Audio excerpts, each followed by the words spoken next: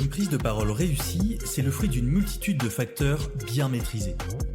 C'est aussi la garantie d'un bond en avant vers l'atteinte de vos objectifs. Pour vous aider à obtenir ces résultats, j'ai rassemblé les meilleurs experts, les Avengers de la parole. Chaque semaine, ils nous partagent leurs méthodes, leurs techniques et leurs conseils dans leur zone d'excellence. Cette zone, c'est la bulle des pros. Vous êtes fan de Laurent Baffy et de ses fameuses punchlines. Vous avez découvert Paul de Saint-Cernin et vous voulez connaître ses méthodes pour répondre du tac au tac. Alors pour en parler, je reçois un invité exceptionnel. Il était mon premier invité dans la bulle rhétorique. Je le reçois dans ce nouveau format. Donc la prochaine étape, c'est de lui laisser mon micro pour vous faire un épisode solo sur la bulle express. Vous avez sûrement croisé ses vidéos sur TikTok ou Instagram. Vous avez même peut-être lu son livre, L'art d'avoir toujours réponse à tout. Je veux bien sûr parler de Corentin Evenot. Corentin est formateur en prise de parole et nous partageons une vision commune de l'éloquence, mais surtout de la rhétorique. Dans cet épisode, on vous résume tout ce qu'il faut savoir pour développer une répartie en béton. Les critères d'une bonne répartie, les matrices pour répondre efficacement, et même le secret de Laurent Baffy. Restez jusqu'au bout et vous deviendrez le prochain sniper du PAF. Salut Corentin, comment vas-tu ? Salut Janko, écoute, un peu fatigué, mais je suis très heureux d'être là, donc écoute, ça va très bien. Bon, je suis sûr que malgré tout ça, tu vas nous donner l'énergie qu'il faut dans ce podcast. En tout cas, je suis ravi de t'accueillir et surtout de t'accueillir à nouveau, puisque je t'avais déjà accueilli pour la première édition du format long, la bulle rhétorique, qu'on peut retrouver bien sûr en audio, là où vous écoutez cet épisode, mais aussi sur YouTube, pour ceux qui connaîtraient déjà ma chaîne YouTube, et pour ceux qui ne la connaîtraient pas, ça sera l'occasion de la découvrir. Mais c'est pas le sujet, aujourd'hui on est là pour parler de quelque chose de beaucoup plus pratico-pratique, on est là pour parler de la répartie. Alors déjà une première question, Corentin, qu'est-ce qu'on appelle la répartie ? Comment est-ce que tu définirais ça ? Écoute, je suis très heureux que tu commences par cette question, puisque l'ancien universitaire que je suis aime toujours faire un travail de définition. Écoute, ma définition de la répartie, elle est en plus très importante parce que elle dénote complètement de la vision qu'on peut en avoir. Très souvent, quand on pense répartie, on pense à Laurent Baffy, on pense aux punchlines, on pense aux clashs télévisés, etc. Sauf que je me suis rendu compte que si dans la vraie vie on faisait ça, on se retrouvait à finir très seul, puisqu'on se comporte globalement très mal si on parle comme ça aux gens. Et donc, ma définition de la répartie, c'est en réalité celle que j'ai piquée éhontément au Larousse, à savoir une réponse rapide et juste, ce qui implique donc deux parties. Par rapide, j'entends non pas instantané, c'est-à-dire que c'est une interaction quand même, donc ça doit aller vite, mais ça implique pas de répondre vraiment en une microseconde. Le silence va avoir de l'importance, mais on pourra en reparler. Et ensuite, une réponse rapide et juste. Par juste, j'entends qui atteint l'effet recherché. C'est-à-dire que si j'ai voulu faire rire et que j'ai effectivement fait rire, c'est réussi, c'est une réponse juste. Si j'ai voulu choquer et que j'ai choqué, ça marche. Par contre, si j'ai voulu provoquer ou choquer et que j'ai finalement fait rire, on considère que c'est pas une bonne répartie puisque ça n'a pas atteint l'effet recherché. Alors c'est super intéressant, mais du coup, moi, il y a une question, c'est que cet objectif, en gros, comme tu le dis, il faut que ça soit rapide. A priori, je vais pas me dire, bon, alors là, je vais chercher à faire rire, donc je vais dire ça, etc. Tu vois, comment est-ce qu'on le définit, ce truc-là ? Comment est-ce qu'on pose cet objectif-là ? Ouais, alors d'une part, on pourrait le définir en amont parce que c'est un peu comme l'improvisation, ça peut se préparer. Admettons que j'aille lever des fonds et que j'ai besoin de répartie pour la partie question avec les investisseurs. Je pourrais anticiper l'image que je vais chercher à renvoyer et le type d'émotion que je veux rechercher. En me disant par exemple, je veux paraître sympathique, donc je vais chercher à faire rire par certaines réponses. Ou au contraire, je veux créer de l'action, donc je vais plutôt vouloir provoquer à tel moment, etc. Donc on pourrait un peu l'anticiper. Maintenant, je pense que dans la pratique, ça relève pas mal du contexte et de l'inconscient. Donc on peut pas toujours l'anticiper, mais je pense que quand on commence à répondre, on sait déjà un peu quel était l'objectif. Ouais, je comprends tout à fait. Et en plus, ce que tu dis sur le fait de l'anticiper, je trouve ça vachement intéressant. Pour te dire, moi, c'est un travail que j'ai fait avec un candidat qui veut être mon associé, qui est passé dans cette saison, la saison qui vient d'être tournée. On a beaucoup travaillé justement sur ce côté réparti, sur ce qu'il allait répondre dans la partie question-réponse qui est essentielle. Alors, je vais pas forcément développer là comment on a travaillé, ou peut-être un peu après, parce que je voudrais d'abord que tu me dises, toi, comment est-ce que tu anticipes une répartie, comment est-ce que tu te prépares, parce qu'on parle d'improvisation préparée, et comme tu le disais, de répartie préparée, comment est-ce qu'on peut travailler ça ? Ouais, alors il y a plusieurs choses. Je dirais que d'abord, il y a un enjeu d'éthos. L'éthos, pour les non-aficionados de la rhétorique qu'on est, c'est l'image renvoyée. C'est la raison pour laquelle on m'écoute, non pas pour ce que je dis, mais aussi pour ce que je représente, ce que je renvoie. On parle de crédibilité, de sympathie, de confiance. Je t'interromps juste là-dessus parce que justement l'éthos, c'est un sujet qu'on va aborder avec Lucas Hensler. Donc, Ah, tu vois, c'est parfait. Tu fais de l'auto-référence au podcast, donc c'est nickel. ok. Vous allez voir, c'est un épisode qui va sortir bientôt et dans lequel on vous définit l'éthos, comment le bosser, etc. Mais je te laisse reprendre. Très bien, mais en plus ce sera défini par la personne la plus compétente je pense pour en parler. J'en fais juste une petite référence pour parler de cette image-là. Et je pense que ça implique de se questionner sur l'image de soi. Quel orateur je veux être? Qu'est-ce que je veux renvoyer? Et en fonction de ça, on va déjà pouvoir choisir un peu le type de répartie, je dirais. Ensuite, il y a aussi un enjeu de style qui rejoint cet ethos-là. Est-ce que j'ai envie d'avoir un style qui soit plutôt humoristique, un style plutôt provocateur, un style plutôt crédible? Je pense que dans une levée de fonds, si on reprend cet exemple-là, la crédibilité est un facteur très important. Et dans le milieu professionnel d'ailleurs en général, on peut toujours se dire, ok, est-ce que telle phrase de répartie, elle nuit à ma crédibilité ou au contraire, elle l'augmente? C'est aussi une façon d'anticiper un peu la façon dont on va répondre. Ensuite, si on prend vraiment la répartie qui va être utile souvent en tant qu'orateur, si on sort un peu des petites phrases de punchline justement, et qu'on parle par exemple de la réponse aux questions, une bonne façon de se préparer, c'est aussi d'apprendre des structures de réponse qui vont nous permettre de structurer rapidement sa pensée. Parce que je crois que l'enjeu de rapidité, il est surtout là. De rapidement réussir à réunir ses idées, ses pensées, ses arguments. D'ailleurs, est-ce que tu peux nous donner des structures dont toi tu te sers, que toi tu recommandes à tes clients? Je sais que tu en as évoqué quelques-unes dans ton livre dont j'ai parlé en introduction. Est-ce que tu peux nous en donner peut-être une ou deux qui sont peut-être les plus importantes selon toi? Ouais, alors je commencerai par peut-être la plus importante pour moi qui est l'AEI, donc affirmation, explication, illustration, qui existe aussi en anglais, qui serait la structure SEX, Statement, Explanation, Example. L'idée, c'est que je vais J'aime commencer beaucoup la version anglaise. La version anglaise, effectivement, est très sympa, et on se dit, du coup, je cherche à avoir un argument sexy de ce point de vue-là, ou une répartie sexy. L'idée derrière ça, c'est d'abord de commencer par une phrase d'affirmation. C'est une phrase qui va résumer mon idée de la manière la plus simple et compréhensible possible.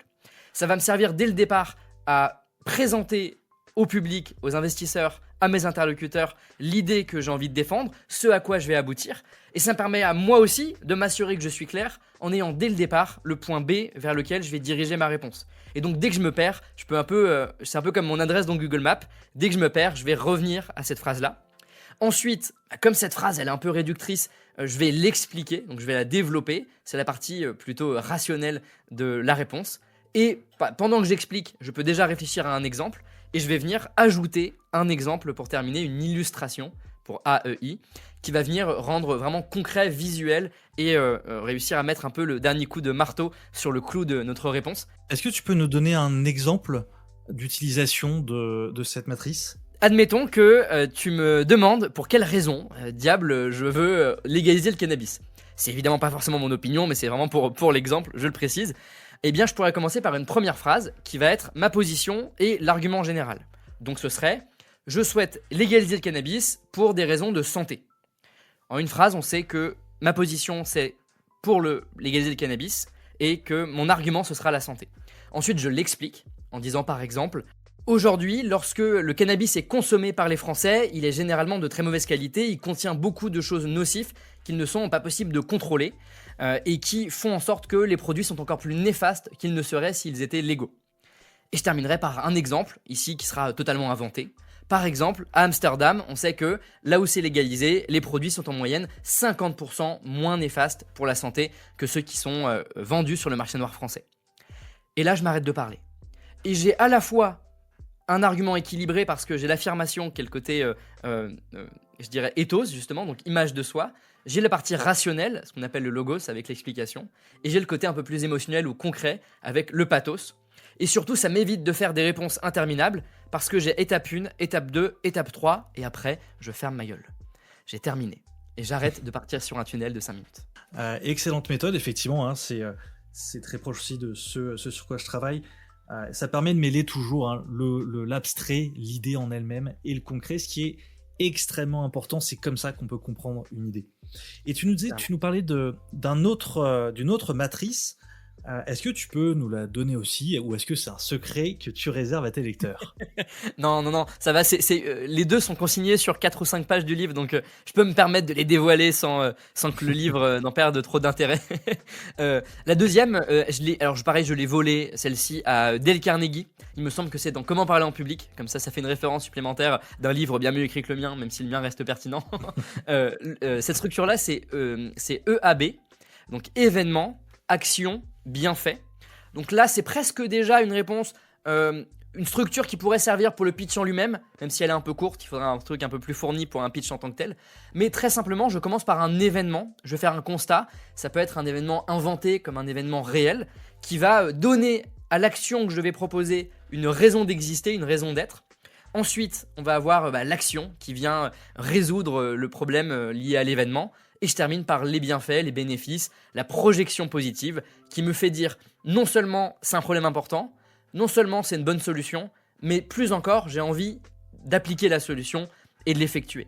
Super intéressant. Et alors, tu me vois venir, hein, bien sûr, à des kilomètres. Est-ce que tu peux nous donner un exemple d'application de cette matrice EAB? Je pense que un des exemples les plus criants de ça, c'était littéralement toutes les allocutions d'Emmanuel Macron pendant le Covid sur le confinement. C'est-à-dire qu'il commence par 40 minutes interminables de constats, d'événements sur le nombre de lits dans les hôpitaux, le nombre de malades atteints du Covid, plein de chiffres, de statistiques, etc., qui nous font nous dire « T'as quand même, il y a un problème, c'est assez grave ». Presque nous sommes en guerre, je dirais. Et on se dit, ok, bon, comment on fait? Il propose ensuite l'action. Je vous demande, si c'est-à-dire vous oblige, à rester chez vous à telle heure, de telle heure à telle heure, etc., etc. Et à la fin, les bienfaits. Si vous appliquez cette action que je vous demande, nous irons tous beaucoup mieux et nous pourrons bientôt retrouver une vie libre et épanouie.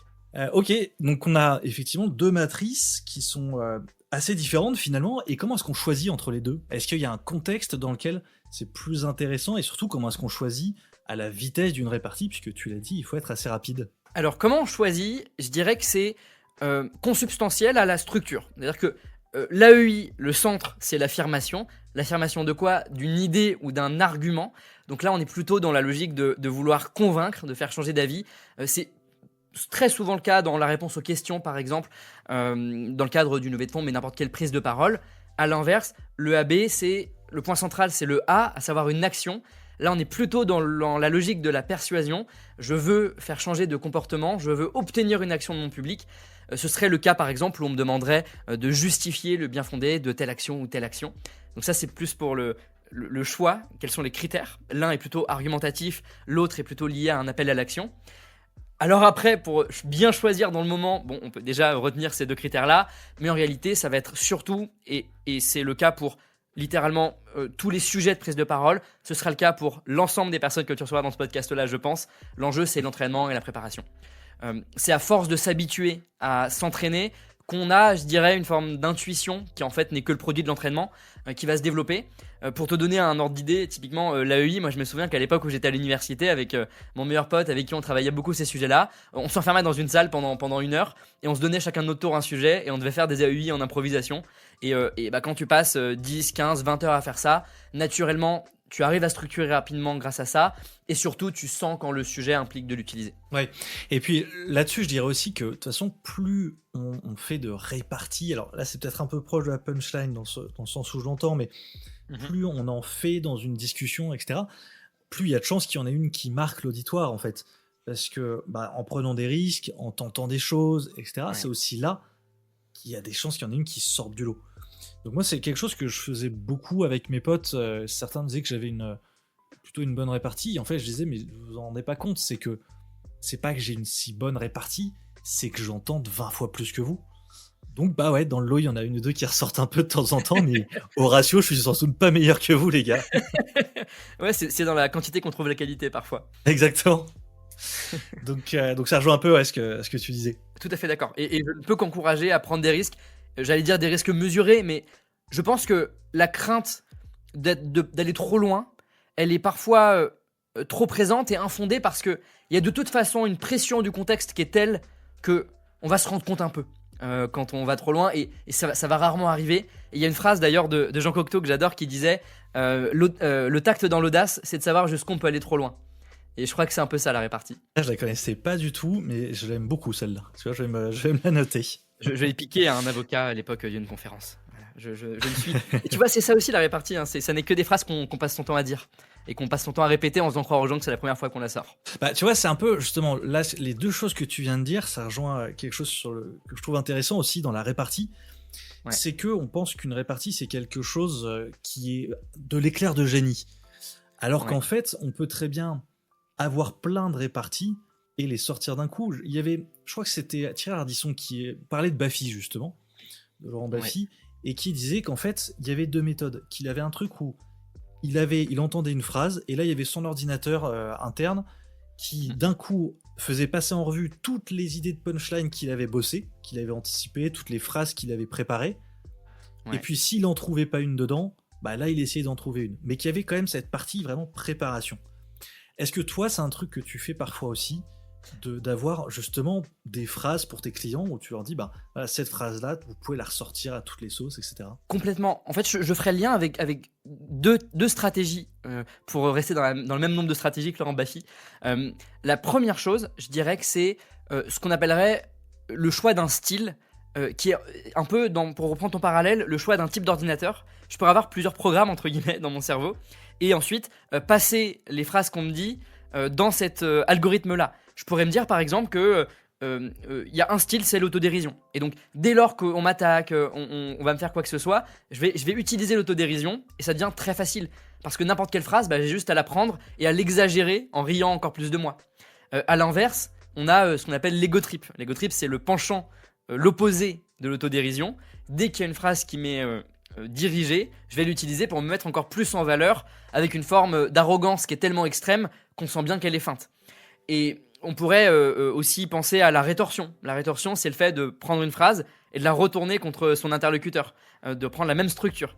Donc, ça, c'est des styles un peu de base. Moi, j'aime beaucoup l'autodérision, donc je sais que dès qu'on va m'attaquer, je vais utiliser ça. Et donc, j'ai un processeur qui va très rapidement faire des phrases d'autodérision. Donc ça, c'est la première chose, avoir un style qu'on va répliquer constamment. Et la deuxième chose, c'est ce qu'on appelle en rhétorique des tiroirs. C'est des phrases, donc comme des tiroirs qu'on ouvre, des phrases qu'on va ressortir dès qu'un contexte se présente une nouvelle fois. Nous, c'est le cas en coaching où on a un peu nos hits, nos punchlines, nos phrases préférées dont on sait qu'elles ont de l'effet parce qu'on les a dites 15, 20 fois et qu'on a vu à chaque fois que ça avait un effet, une réaction en face. Et donc, on peut se rendre compte de ces phrases-là, effectivement, avec un coach qui va nous les mentionner. Et puis, on peut aussi, par expérience, le faire. Je crois que c'est d'ailleurs comme ça qu'est construit un pitch, par itération, un peu comme un humoriste qui teste ses spectacles.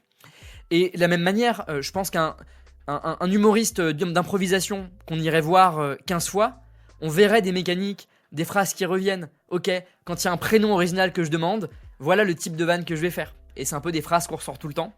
Et de garder à l'esprit que quand on voit quelqu'un avoir un éclair de génie, souvent c'est juste que c'est la première fois qu'on entend cet éclair, mais c'est pas la première fois qu'il survient et qu'il a été dit par l'orateur. Donc les deux moyens effectivement de travailler, c'est se demander quel est son style, ou avoir plusieurs styles dans sa besace qu'on a entraîné.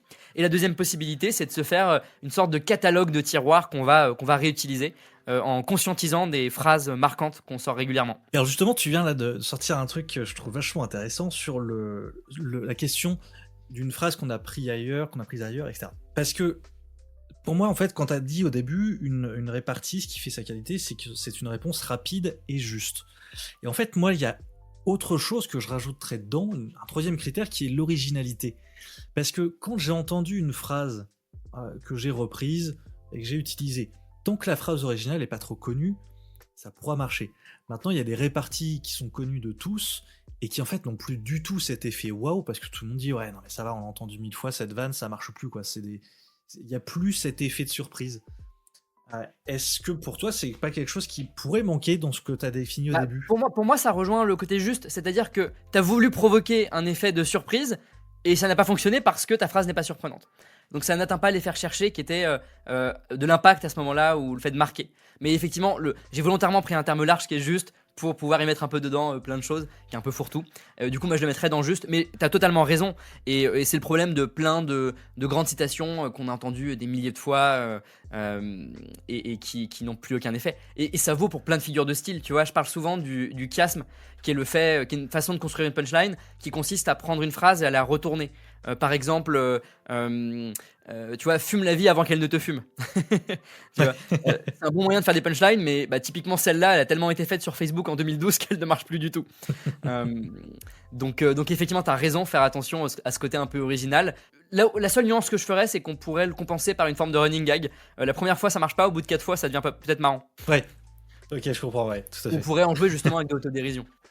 Ok, bah écoute, je pense qu'on a vu plein de choses déjà sur cette question de la répartie. Est-ce qu'il y a un dernier point, quelque chose qui te semblerait essentiel à rajouter sur ce sujet? On a beaucoup évoqué la répartie, notamment la question de la rapidité de la réponse par l'enjeu de structure. Je pense qu'il y a aussi un enjeu psychologique derrière, c'est-à-dire que parfois on se sent un peu bloqué ou paralysé sur le moment de la réponse. Ce qui est évidemment un manque de structure, en grande partie, mais qui est aussi un enjeu du fait qu'on va parfois plus se concentrer sur qu'est-ce que je dis, plutôt que sur la réponse d'en face. Et je crois qu'on a beaucoup de réponses et d'inspiration à trouver de la façon dont la question ou l'attaque a été formulée. Et je crois qu'un gros enjeu de la répartie et de la progression là-dedans, c'est de réussir à comprendre quelles sont les intentions qui se cachent derrière les remarques qu'on reçoit ou les questions qu'on nous pose. Est-ce que la remarque qu'on me fait, elle est liée à l'incompréhension ? Auquel cas, bonne répartie, une répartie juste, ce sera d'expliquer. Est-ce que c'est lié à de la peur ? Auquel cas, ce sera de rassurer, etc., etc. Je crois qu'il y a un gros enjeu d'écoute, d'empathie et de compréhension de l'autre qui se cache dans la répartie, au-delà du travail personnel qu'on va faire sur son image et sur ses types de réponses. Ouais, puis comme tu dis, c'est vrai que, pour même prendre un peu dans un autre sens ce que tu dis, ça me rappelle un truc qui m'est arrivé une fois, une histoire qui m'est arrivée dans un concours de débat, sur l'idée que en fait, il faut s'appuyer aussi sur ce que dit la personne en face. Ce jour-là, c'était un adversaire, mais c'est pas forcément un adversaire dans le cadre d'une répartie. Ouais. Mais où, en gros, pour te raconter l'histoire, c'est que j'étais le dernier à passer. On était 4 orateurs de chaque côté. C'était un jeu en équipe. Et on devait chacun notre tour passer, défendre notre sujet, puis l'équipe adverse envoyer un concurrent, etc. Ouais. Et à chaque fois, l'équipe adverse pouvait se lever, poser une question et se rasseoir. Et on était obligé de prendre au moins une question. Et je passe en dernier. La première question arrive, et en fait, moi, elle me nourrit, cette question. Parce qu'elle me donne un truc, je suis en total impro, puisque le dernier est toujours en improvisation, il doit répondre à tout. Et je prends la première question, très bien. Et puis un deuxième orateur de l'équipe adverse se lève, en pensant que je vais refuser sa question, puisque c'est ce qui se fait d'habitude. Sauf que j'ai directement accepté sa question, parce qu'en fait, moi, j'arrivais au bout, et j'avais besoin d'un truc pour me nourrir. Le mec a été complètement décontenancé. Il m'a sorti une question un peu bidon, mais qui, moi, a suffi à lui dire « mais vous avez entièrement raison », etc. Et en fait, à développer sur un argument qui allait complètement à contre-courant de ce qu'il attendait. Donc, comme quoi, en fait, la répartie, c'est aussi ça. Je pense, c'est de se nourrir de ce que disent les autres pour réussir à aller vers eux. Parfois, quand c'est pour aller contre eux, d'y aller d'une façon à laquelle ils ne s'attendent pas, mais en tout cas, de parler avec eux au sens littéral, c'est-à-dire avec et non pas contre eux. En fait, je crois que c'est une question d'être alerte sur son environnement. Donc à la fois, comme tu l'as mentionné là, sur les autres et sur ce qu'ils disent pour nous nourrir, mais ça pourrait même être d'ailleurs l'environnement concret. Je prends un exemple concret là-dessus. Très souvent, quand on prend la parole, que ce soit en présentiel ou en visio, on a une crainte, c'est l'incident technique par exemple, ou l'aléa humain qui fait que on est un peu surpris par ce qui se passe, on ne sait pas comment réagir. Et ce qui est génial, c'est de se dire, grâce à la répartie, je peux tirer profit de ce qui vient de se passer pour sortir encore plus par le haut. Il y a une étude qui est géniale, qui a été faite à l'époque, notamment de la visioconférence, qui montre que s'il y a un incident technique qui se déroule et qu'on arrive à en tirer profit pour faire une petite vanne, pour apporter de la valeur à ce moment-là, pour réagir là-dessus, on augmente en moyenne de 50% le niveau d'engagement du public et son ethos par la même occasion. Là récemment, j'avais accompagné une équipe de pharmaciens, ou en tout cas qui travaillaient dans un laboratoire pharmaceutique, et on travaillait justement sur ces tiroirs-là qu'on pourrait sortir. Et donc ça fait un rappel concret à ce qu'on a vu tout à l'heure. On s'est dit, ok, s'il y a un incident technique, qu'est-ce que vous pourriez dire ? Et on a trouvé par exemple une phrase assez marrante qui mêle autodérision, tiroir et tirer profit de l'environnement. Admettons qu'il y a une galère technique, on pourrait réagir en disant « Alors, je suis désolé, on n'a pas encore réussi à développer de médicaments sur les ordinateurs, mais je vous rassure, nos médicaments fonctionnent beaucoup mieux que ça. En attendant, on va essayer de régler le problème. » Et là, ça permet de montrer qu'on est alerte sur l'environnement et en même temps, on met en valeur l'entreprise et la compétence. Donc, on ne se dévalorise pas non plus. On a bien avancé, donc je vous propose de prendre 30 secondes pour vous parler de l'accélérateur à pitch. L'accélérateur à pitch, c'est une formation que je viens de sortir et qui va vous accompagner tout au long de la préparation de vos pitchs. Dedans, vous aurez plus de 6 heures de vidéos, des fiches de suivi, mes méthodes, mes astuces, mes outils et 1 heure de coaching individuel avec moi pour que vous repartiez avec un pitch percutant et surtout un pitch qui convertit. Mais je vous en dis pas plus, toutes les infos sont dans le lien en description de l'épisode. Allez, on se retrouve de l'autre côté et nous on reprend. Ça, on termine sur une excellente méthode, donc génial d'avoir tous ces éléments-là. Et avant qu'on termine, est-ce que tu aurais une ressource, un livre, alors il y a bien sûr le tien, mais un livre ou un podcast, une vidéo, quelque chose à lequel tu voudrais qu'on aille voir, en tout cas consulter? Écoute, moi, un des livres qui m'a le plus marqué en prise de parole, qui est d'ailleurs pas forcément le plus connu, c'est un livre qui s'appelle The Power of Moments. Je crois qu'il il est traduit en français dans Ces moments qui comptent. C'est un livre de Chip et Dan Heath, qui est un livre génial parce que il explique comment faire de ces prises de parole des expériences. Et ces deux frères qui se fondent notamment sur des études sur l'expérience client et qui montrent comment on peut utiliser les méthodes d'expérience client dans la prise de parole pour réussir à être non pas seulement compris, mais aussi mémorisé, mémorable, retenu par son public. Et je trouve que c'est un livre qui est génial, qui est nourri à la fois de plein d'études et de plein d'exemples, et qui a un super moyen de passer de simples présentations à des vraies expériences qu'on fait vivre à son public, parce que c'est pour ça qu'on prend la parole, pour faire vivre quelque chose, pas seulement pour informer ou donner une information. Excellent, et bah ça va encore faire un livre à rajouter à ma bibliothèque. En tout cas, Corentin, encore merci pour cet épisode, pour tout ce que tu nous as apporté. On a pu voir la définition de ce qu'est une répartie, donc une réponse rapide et juste, qui vise à atteindre un objectif précis, l'objectif recherché, qui soit de rire, d'émouvoir, de choquer ou tout autre. Et puis plusieurs matrices, la matrice EAB, affirmation, explication, illustration, la matrice EAB, événement, action, bienfait, et puis beaucoup d'autres éléments, l'importance de s'entraîner, de pratiquer la répartie, l'importance de la méthode des tiroirs, d'observer, de voir ce que font d'autres orateurs pour toujours s'améliorer. Encore merci Corentin, où est-ce qu'on peut te retrouver ? Et merci à toi pour l'invitation d'abord, et on peut me retrouver notamment sur les réseaux sociaux sur mon compte Hop Eloquence, donc HOP Eloquence, surtout sur Instagram et TikTok et YouTube, où ça y est, maintenant je commence à réussir à être un peu régulier, et également dans toutes les Fnac et toutes les librairies avec mon livre, mais j'arrête l'autopromotion. Parfait, encore merci Corentin, et à très bientôt. Merci à toi, à bientôt. Merci d'avoir suivi cet épisode jusqu'au bout. J'espère qu'il vous a plu et surtout qu'il vous sera utile. Si c'est le cas, pensez à lâcher la plus belle note sur votre plateforme d'écoute et à partager ce podcast autour de vous. Je compte sur vous, c'est super important pour moi. Et dans tous les cas, on se retrouve la semaine prochaine pour développer une nouvelle compétence oratoire. Allez, ciao!